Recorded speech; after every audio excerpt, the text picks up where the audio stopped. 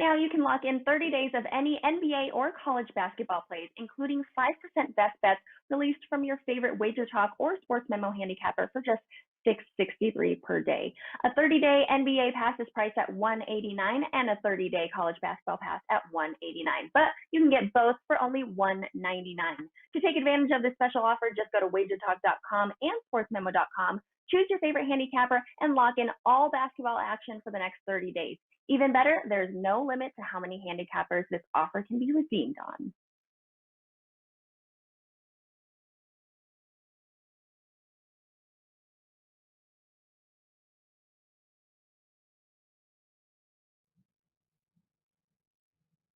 Teddy covers. I'm Lawrence Presman. Welcome, everybody. Wager Talk Today. NFL show, Teddy. Right off the top, Rams, Green Bay, Baltimore, Buffalo, and we're going to look at the Cleveland, Kansas City game. And, of course, Andy Lang every Friday. Some props. We got NFL props and what he called a mystery basketball prop. Teddy, we got a lead story, but before we get into that, you talked me off a ledge last night, and I just wanted to give you a thanks, dude. It took me about 45 minutes to calm down, but you helped. I'm glad. Look, bad beats are going to happen. Inevitably, they're going to happen in what we do, and sometimes they run together. And the NBA can be a brutal animal sometimes. We'll talk about your bad beat tonight because that was a pretty tough one. Prez, in 14 different ways was a pretty tough one. But we're going to have them. We're allowed to have moments, all right? We're not robots. We're going to have a minute. You're going to yell at the wife or kick the dog or smash something. Or you don't want to do that, but it's inevitable. The key is being able to have that moment and blow it out of your system so that you can come back fresh and look at the card the next day. It's something that you have. It's an acquired skill. A skill in 25 years I have not mastered or even learned. Dude, I went 4-1 last night. I've started the hockey season 7-0. And yeah, I had the Raptors over the total, 34 points in the fourth quarter, and I completely lost my freaking shit. Anyway, lead story today, NFL coaching carousel, and this is only the beginning, Teddy. Urban Meyer to the Jags. That's going to be interesting. We've seen this play out before. Hopefully Urban will do better than Spurrier and Saban. And Rob Saleh off to the Jets. And you know what? Fabulous pickup by him. I don't know about the Jags yet. We'll wait and see. But I think the Jets got a great coach and a guy that the players love to play for. Either guy move the needle, bro? Both. Obviously, we're talking about, and Saleh's the guy who was probably the top coaching prospect, someone who everyone is talking about how great he is and how enthusiastic everyone is playing for him. And, he can get guys to run through brick walls. That's a positive attribute for a head coach. Urban Meyer's track record is pretty strong, whether it works at the NFL level or not. Going into a team like Jacksonville with the number 1 overall pick, with a ton of salary cap space, with a ton of draft capital, it all on paper should be pretty good for Urban Meyer. There was a third one this morning. It hasn't been officially announced, but the Atlanta Falcons are expected to offer their head coaching job to Tennessee Titans offensive coordinator Arthur Smith, which leaves us with the Lions, the Texans, the Eagles, and the Chargers still looking for new head coaches. What's the best job out of that bunch, Prez? Detroit, Houston, Philly, or LA? Well, listen, if Deshaun Watson stays at Houston, it's Houston for sure. And I think Eric Bieniemy is an absolute perfect match for that team. So I'm going with Houston. Your thoughts? I'll take the Chargers. Herbert's a proven commodity now. And when you look at the Chargers, don't sleep on the Falcons, bro. They still got some weapons all over the field. Sure, but the Falcons weren't one of the 4 teams we were talking about. The Falcons' head coaching job has already been filled. There's still the Lions, Texans, Eagles, and Chargers. And of those 4, the Texans have Deshaun Watson. They've traded away all their draft choices. They have holes all over the field. The Chargers don't. The Chargers are ready to come in and compete next year. So I would say if I were going to pick one of the four, that'd be the one I would look at. Well, just off topic, you know who's ready? Toronto to welcome in the Chargers as their NFL team. But I don't see that happening, man. Third largest city in North America, and we're sitting with a stinking Canadian Football League team that nobody cares about. Let's bring Rob Veno in. Let's get to the NFL. So much to talk about on this Friday edition of Wager Talk Today. And Robert, welcome to the show. We absolutely love having you, man. But for some reason, Johnny called you a cooler. You better not be cooling me, Rob. I'm smoking hot right now. What exactly is a cooler? I don't even know, dude. I just know want what to a remain cooler is? very hot. No, a cooler is someone that comes in and no course matter I what know. happens, you're about to lose. All right. You about to lose your job. The cooler's the guy that comes in when someone's rolling a big, the famous was the croupier, where the cooler comes in and kills off whoever's at a hot run at the craps table. But being that the Friends of Ralph play is 4-0 this week, Yeah, Prez was really hoping you weren't going to be the cooler he's giving out the Friends of Ralph play today. exactly. Because I got a lot of pressure on me, Rob. I got the Friends of Ralph play going. We haven't lost all week. Anyway, brother, you are rolling, man. Number one at Wager Talk in the last 7 days. 60% win percentage, 25% return on investment. And it just keeps going and going. Last 365 days, dude, anybody who would bet with you, your unit structure for the last 365 days, they're up 225% return on their money. Warren Buffett, I know you watch this show. Put that in your pipe and smoke it. Rob Veno, Rams, Green Bay, Rams plus 6.5, a total of 45.5. Jared Goff is going to be the quarterback. Obviously, he's probably 60-70% at best. One thing we know about Sean Payton, Sean McDermott, he can McVay. make a game plan. Yeah, McVay. Dude, I got too many Seans in my head. He can make a game plan to suit anything. Rob, where are you going in this game? I'm going to start analysis with a question. Have you guys struggled or bounced back and forth on this game all week, or did you come to a firm conclusion immediately on this game? I bounced back and forth all week, and the more I sat down and took another firm look at it last night, and I ended up with a free play supporting Green Bay in this game. But it was a game that I absolutely went back and forth on early in the week. What about you, Rob?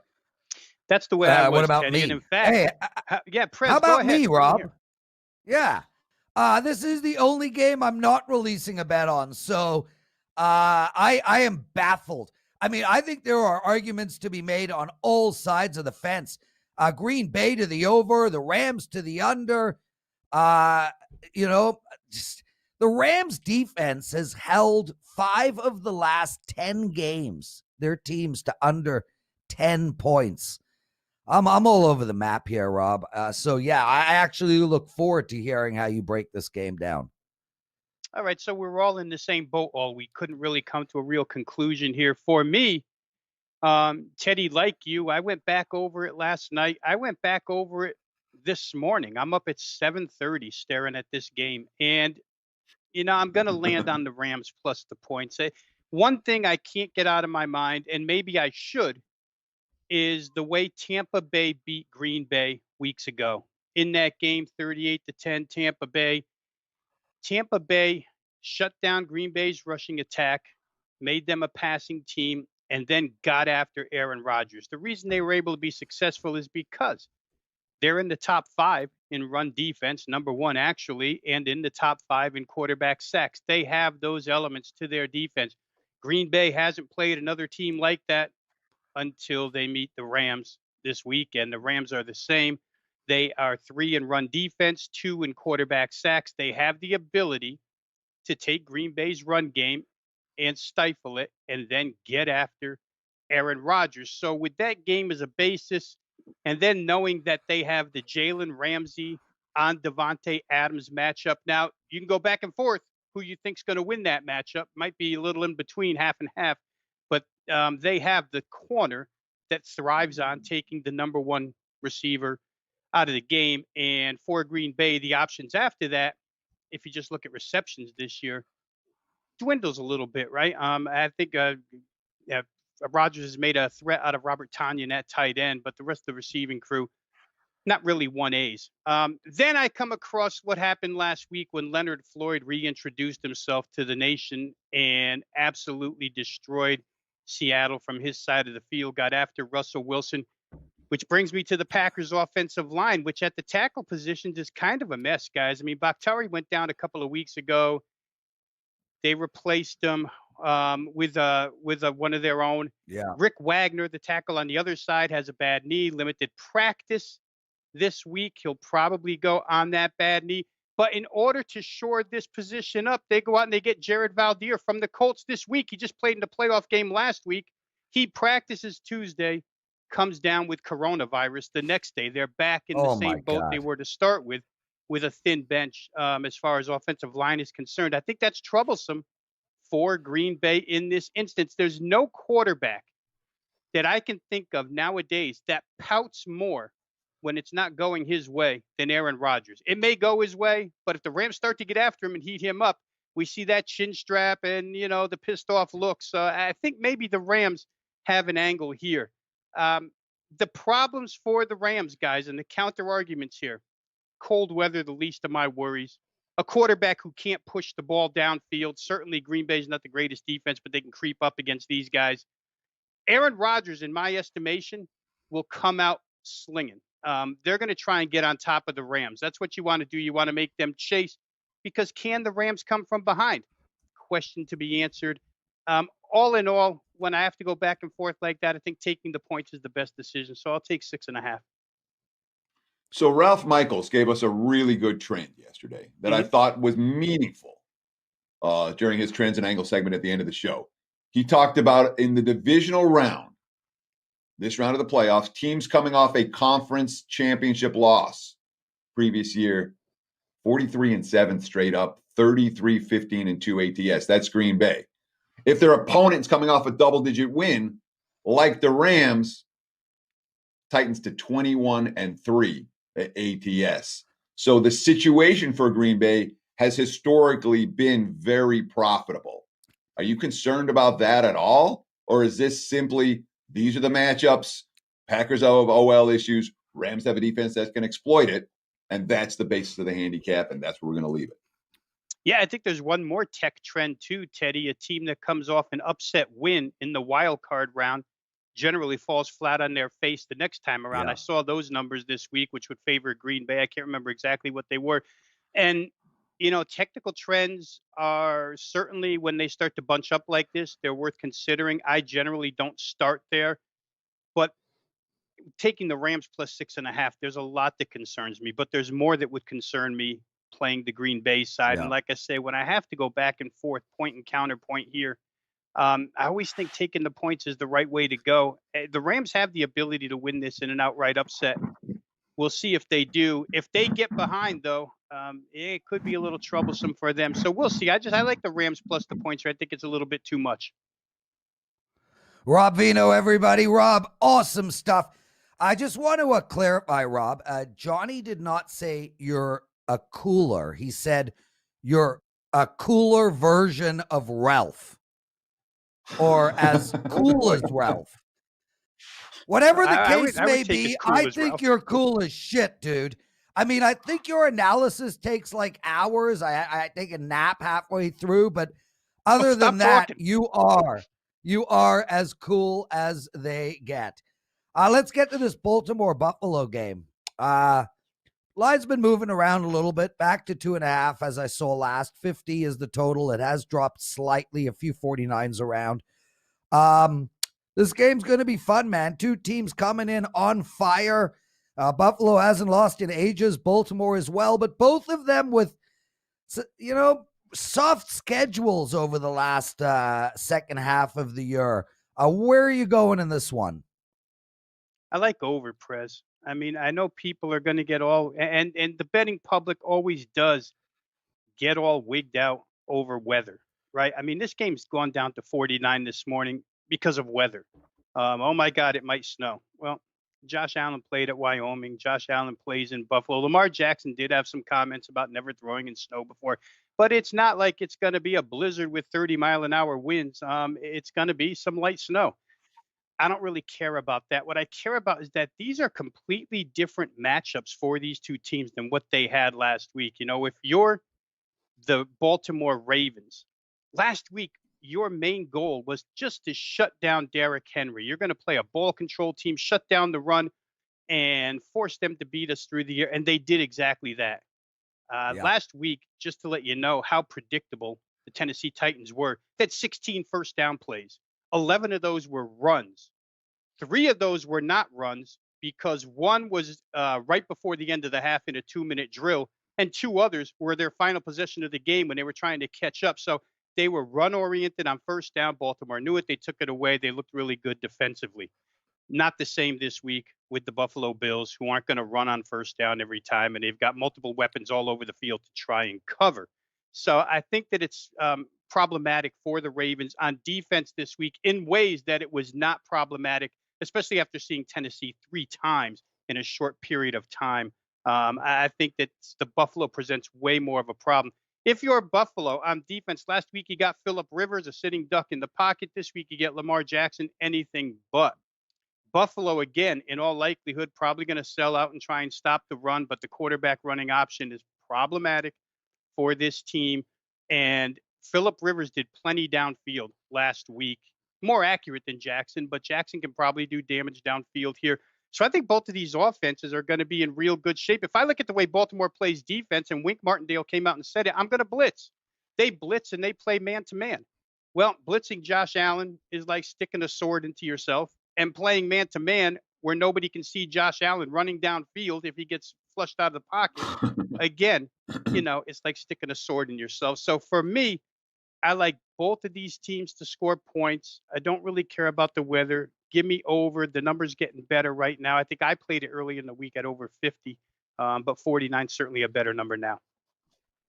Real quick, Rob, I want to ask you about the side in this game because it's holding at 2.5.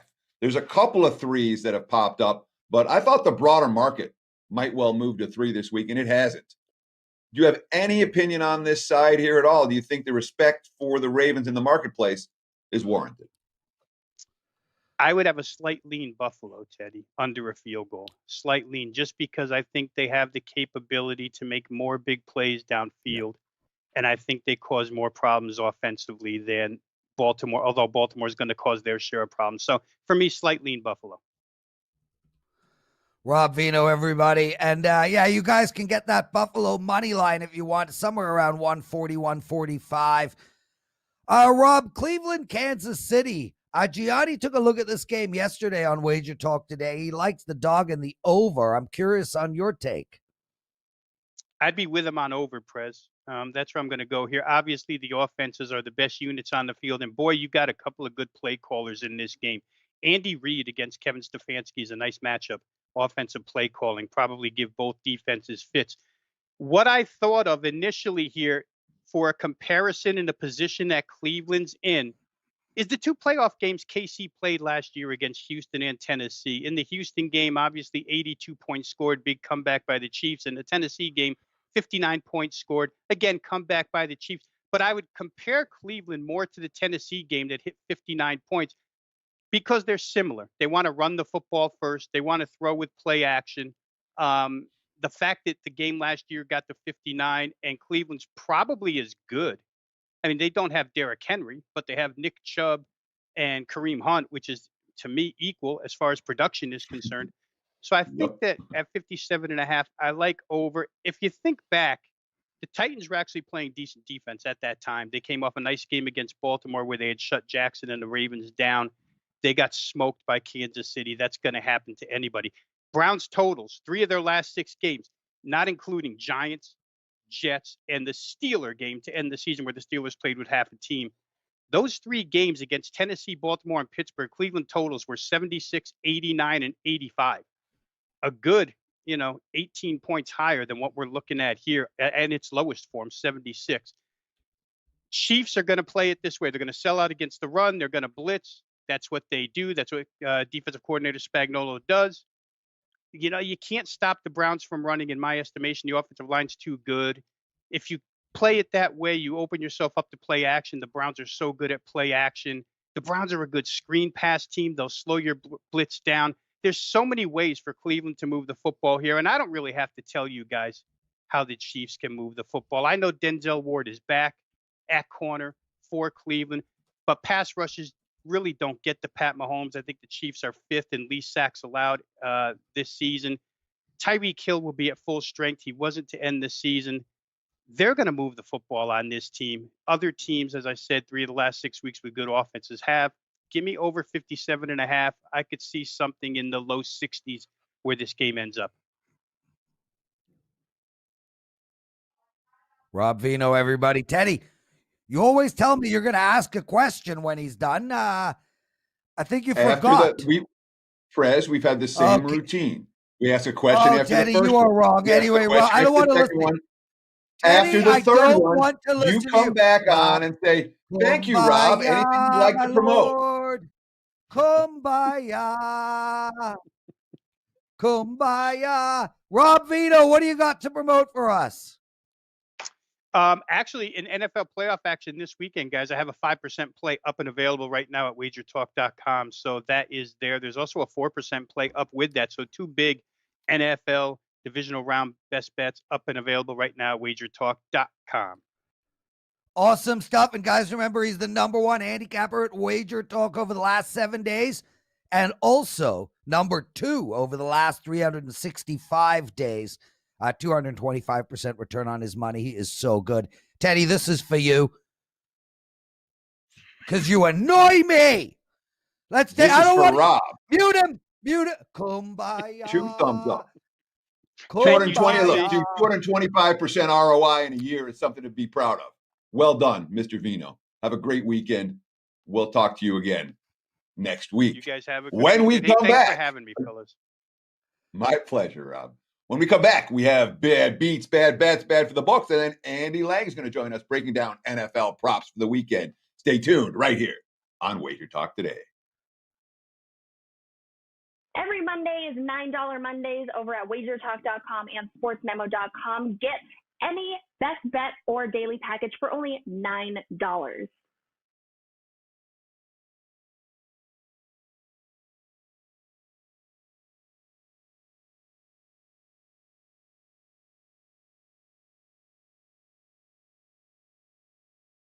It's time for a little bad beats, bad bets, and bad for the books. A recap of what happened in the sports betting world from last night. And Prez, I'll be honest, this was the bad beat of the night. And of course, it was your game. Woohoo! I get to talk about one of your games again. The Hornets Raptors total. It sat at 220 or 221 all day. In the 20 minutes before tip-off, it got bet down to 218. So you can't even say, all right, well, you didn't get the best of the number, blah, blah, blah, blah, blah. It was the last couple minutes before the game tipped off that the money came in on that under.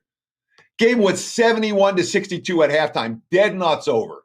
The in-game total sitting 242.5. I saw a 243.5 out there. You got a 20-point middle. You know, you're the right side. And then the fourth quarter started. Talk about a brick fest for both teams.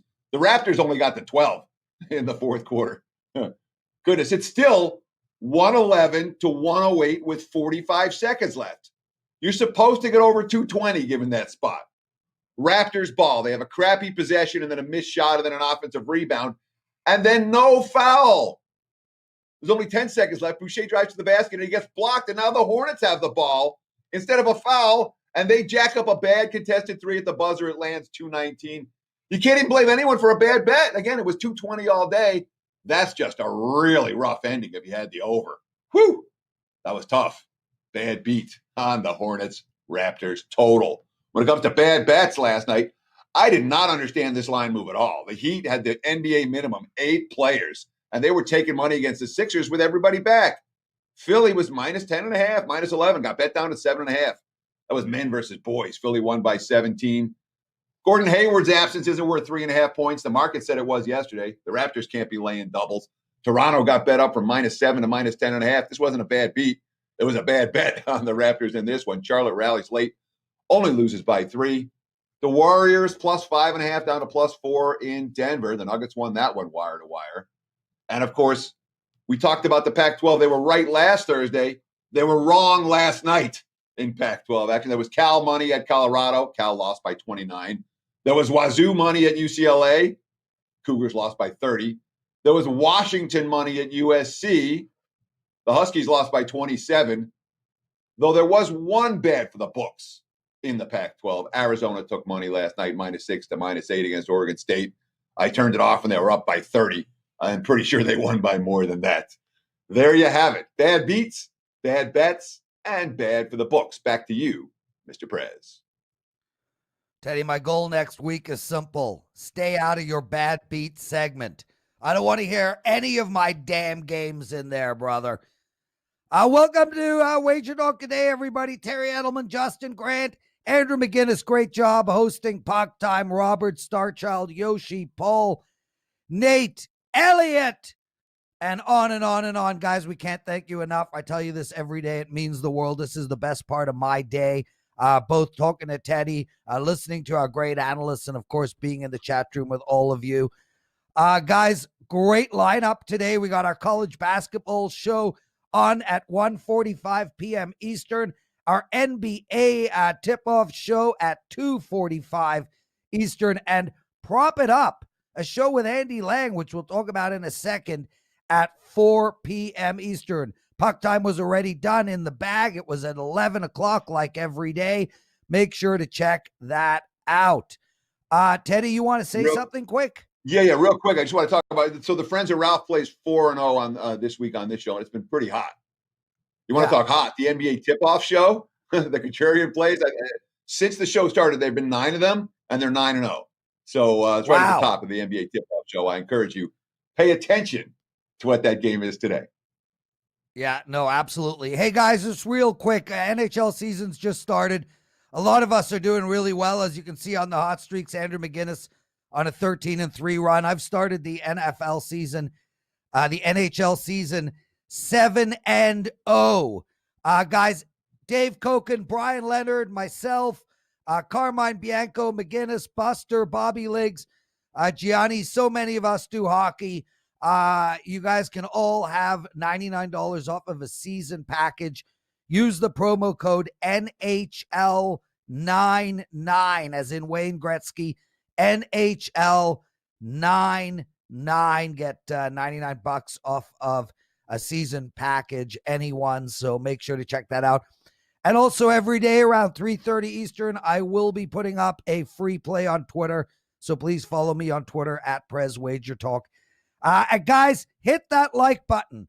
I ask you every day, please take 2 minutes to subscribe to our channel. Tell your friends about our shows and hit that like button. It's all we ask. We don't charge for this. We do this out of love and just desire to hang out. Teddy wants to hang out with me. But please hit I don't want to like spend 2 minutes hitting a button, though. To subscribe, it takes 2 seconds. You want to spend... It takes 2 seconds to hit it takes less than 2 seconds to hit that like button, Teddy. Literally. Yeah, but to subscribe, second. It takes the same amount of time. You're like, oh, it takes 2 minutes. Doesn't take 2 minutes. I never said it. Seconds. Guys, about me wanting to hang out with Teddy, please ignore that. I do not want to hang out with Teddy any longer. Andy Lang, let's bring him in. Let's start right off the bat, Andy, with Prop It Up. Tell us quickly about it. It's such a great show. Everyone is loving it. It's on at 4 p.m. Eastern today. Yeah, Prop It Up. We started it on a whim this year. We decided to really attack this prop market.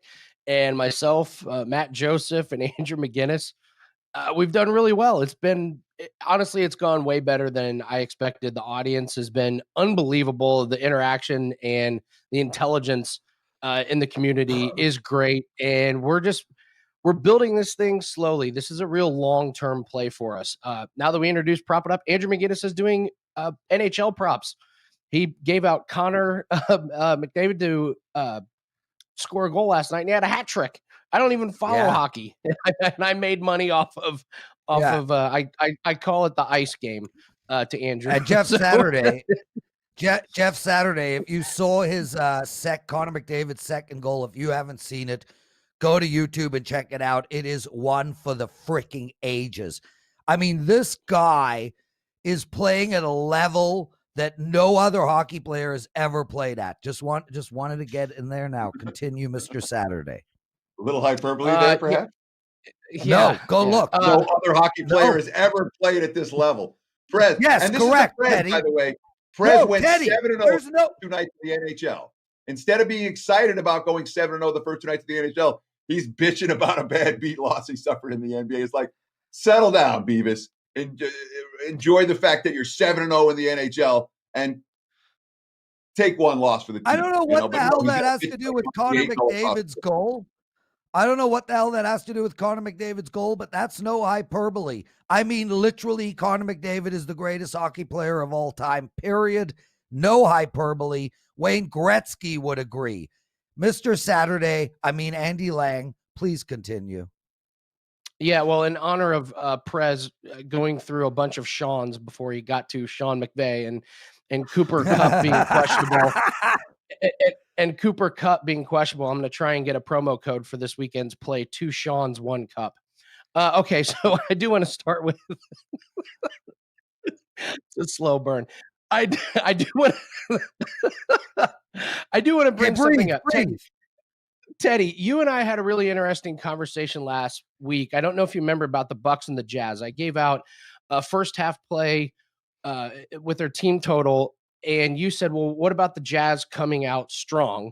And your perspective was, well, the Jazz, it's a comeback game for them. What if they play great? And my perspective was, even if they do play great, the Bucks can still score a lot of points. Both things happened. So the Jazz did come out and they beat the Bucks, but the Bucks prop still hit. And I just thought it was a really great, interesting conversation about how there are so many different angles you can go after games. And so as bettors, if we're looking at one angle and it's just not quite making sense, maybe we can shake up our perspective and look at a game another way. It was just a really quick conversation that I went back and watched, and I thought it was really interesting. So I appreciate that from you. I hope people learn from it. I appreciate it too. I mean, I don't have notes for any of your, like the questions that I asked for any of the guys that come on and talk about props or talk about games. I'm just trying to respond to what you're asking and ask what I'm thinking. And hopefully I can speak for the viewing audience and listening audience when I do that. Yeah, well, I'm going to speak for the viewing audience. Teddy, we'd all appreciate if you prepare better. Andy, Ryan Suckup, you got a prop for us on him. Let's go, man. Yeah, I mean, the most obvious NFL play this week, and I'm sure it's on everybody's card, is Ryan Suckup over 6.5 points.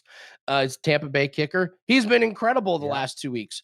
4 for 4 field goals against Washington the week before against the Falcons, 3 for 3 in field goals, and 5 for 5 in extra points. He was the number 7 fantasy kicker in the regular season. He averaged 9.1 points per game. So, and obviously, when we're looking at kicker props, we need him to attempt a lot of field goals. And New Orleans, over their last 3 games, by far the best third down defense in the league. They're allowing first downs on only 17.8% of third downs in the regular season. They were 5th in third down defense. So they're really good at stopping drives. This should be a very, very close game, a tough game for offenses, especially when they get inside the red zone or inside the 30. I expect some field goals. I'll take Ryan Suckup over 6.5 points. Andy, I absolutely love this prop. Out of all the props you've given, it makes the most amount of sense. I mean, I spoke at the top of the show. New Orleans is holding teams to field goals all day long. I mean, I don't know when the last time any team has gone a 10-game stretch where every second game they held a team to under 10 points. I think Tampa Bay is going to be able to move the ball between the 20s and then get stuck. This is an outstanding prop. Presidentially approved. What do you got on J.K. Dobbins? Yeah, he's plus money to score a touchdown. I don't know about you, Teddy. I like getting a prop at plus money on a guy who scored a touchdown in 7 straight games. He's been double digits in rushing attempts in 8 out of the last 10 games. He's got 9 rushing attempts inside the 5-yard line this year. And the Bills give up over 1 rushing touchdown a game. They're averaging giving up 1.3. That's 27th worst in the league. The Bills are ripe to give up a rushing TD. They've given up a lot of rushing yards. They gave up over 160 yards to the Colts. Dobbins has been the Ravens' back of choice to rush inside the 10-yard line. Unbelievable price at plus money for J.K. Dobbins to score a touchdown. Let's make it 8 in a row for Dobbins.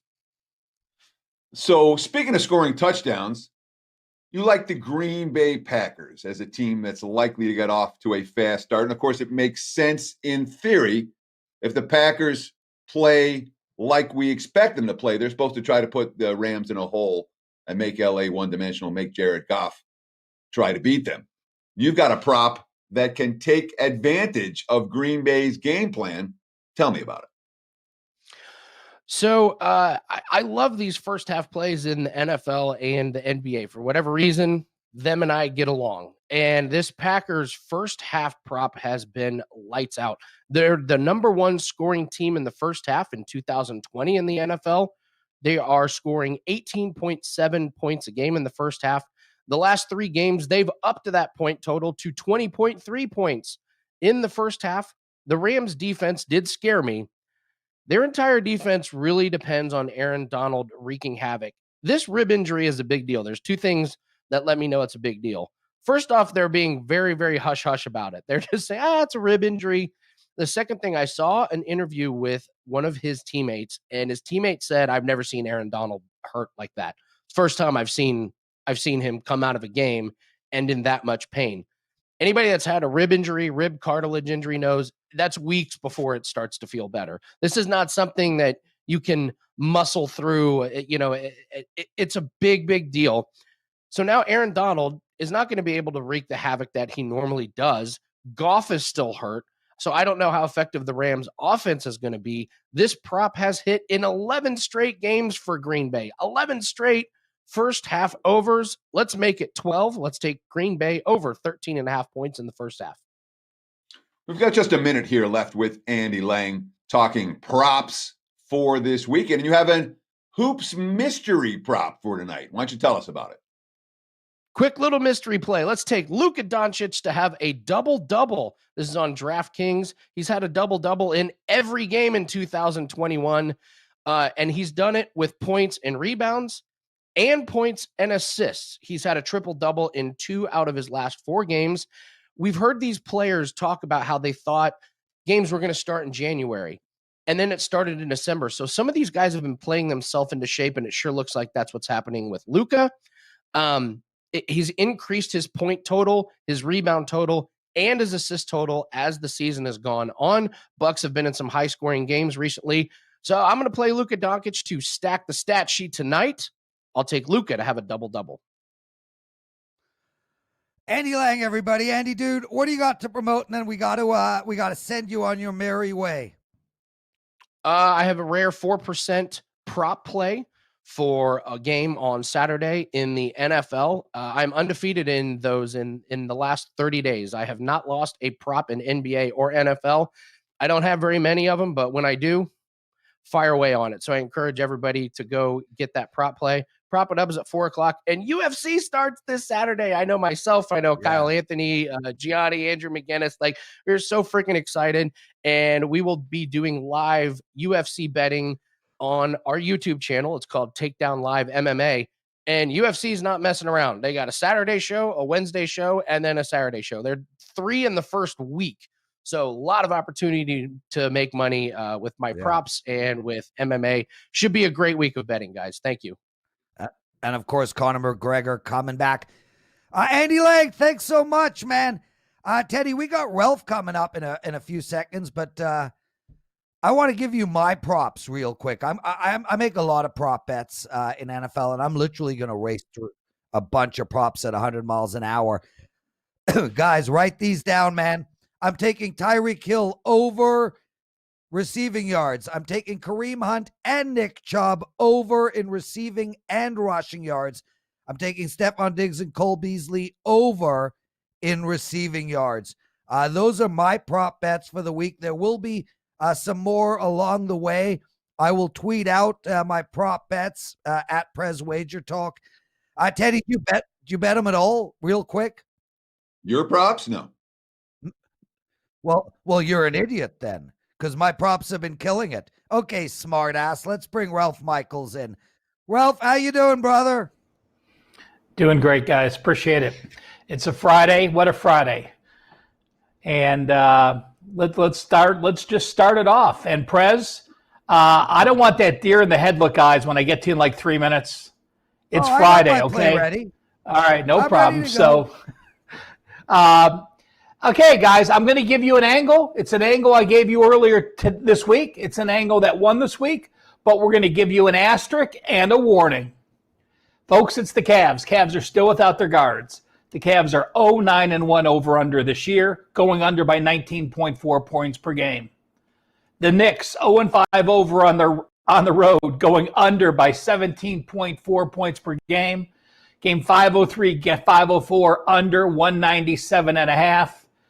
And now, Teddy, it took the Cavs 8 games to all of a sudden be known as this team that was under. Cavs' previous low total this season was 212, so we're seeing almost a 15-point drop in their total in this game tonight. Yeah, and a lot of books are down to 197, even 196.5 here in Las Vegas. So the markets have been sleeping on Cleveland under, flat out. Not so much tonight, but if you're riding this trend, you're riding this angle, you ride it till it dies. I certainly wouldn't talk anyone into betting this game over the total. Totally agree, Teddy. That's exactly what I tweeted. I said, it's not time to jump on the trend, but if you've played these Cavs unders like I have, I am still playing it tonight, and we'll see what happens. Hey, guys, I wanted to go through the NHL numbers. I know how excited a lot of our guys are on the NHL. I'm not one of them, but I'm learning the game and liking it more and more. So I just wanted to break down, looking at the last 4 years in the NHL. How do home teams do? How do home favorites do? How do big home favorites do? And guys, take a look. You'll see that we have the record, and then over to the right is the profit. So if you blindly bet every home team in the NHL since 2016, you are down $24,000. If you blindly bet every home team between the 30s, you are down $10,000. If you blindly bet every home favorite, you are down $20,000. Take a look at those home scenarios and the profit on the right. There is not one profitable situation in the NHL at home until we get the home favorites of 280 or more, and then you're plus 1 unit in 4 years. So, take that for a grain of salt. Take a look at the chart. One thing I will notice, Prez and Teddy, you look at home favorites, and the bottom line is the over-under. NHL games have gone over 49.3%, so under 50.7%. But look at when you get the home favorites of 180, 220, and 280. We see about a 3% increase with the overs there. When we do have a big favorite, they tend to score.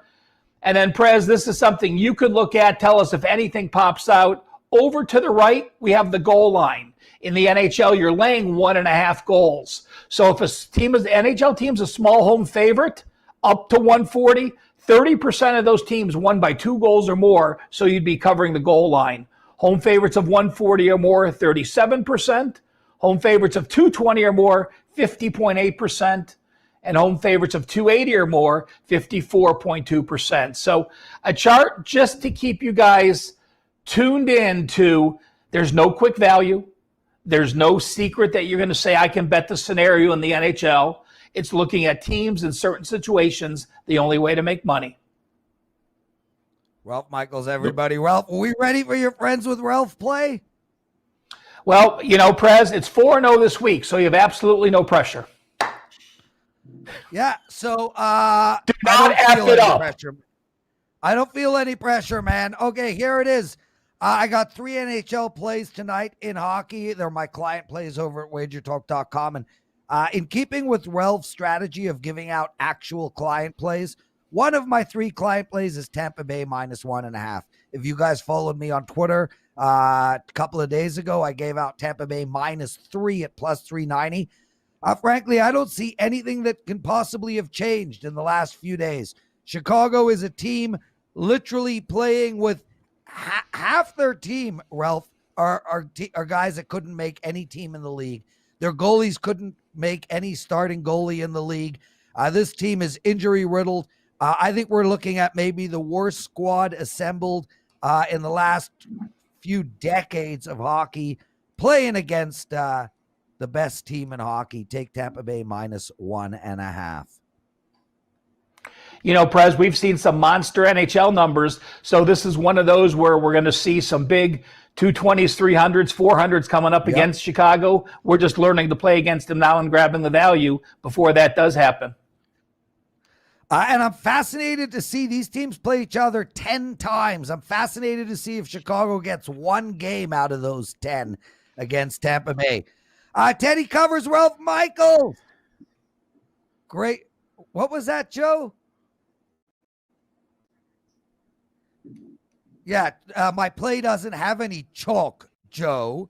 So if you want to be snotty, get right on the screen so I can take you on.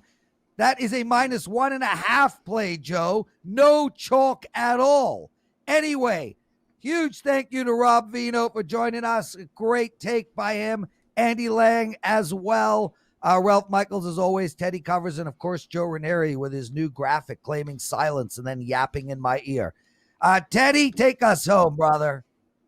Thank you so much for watching.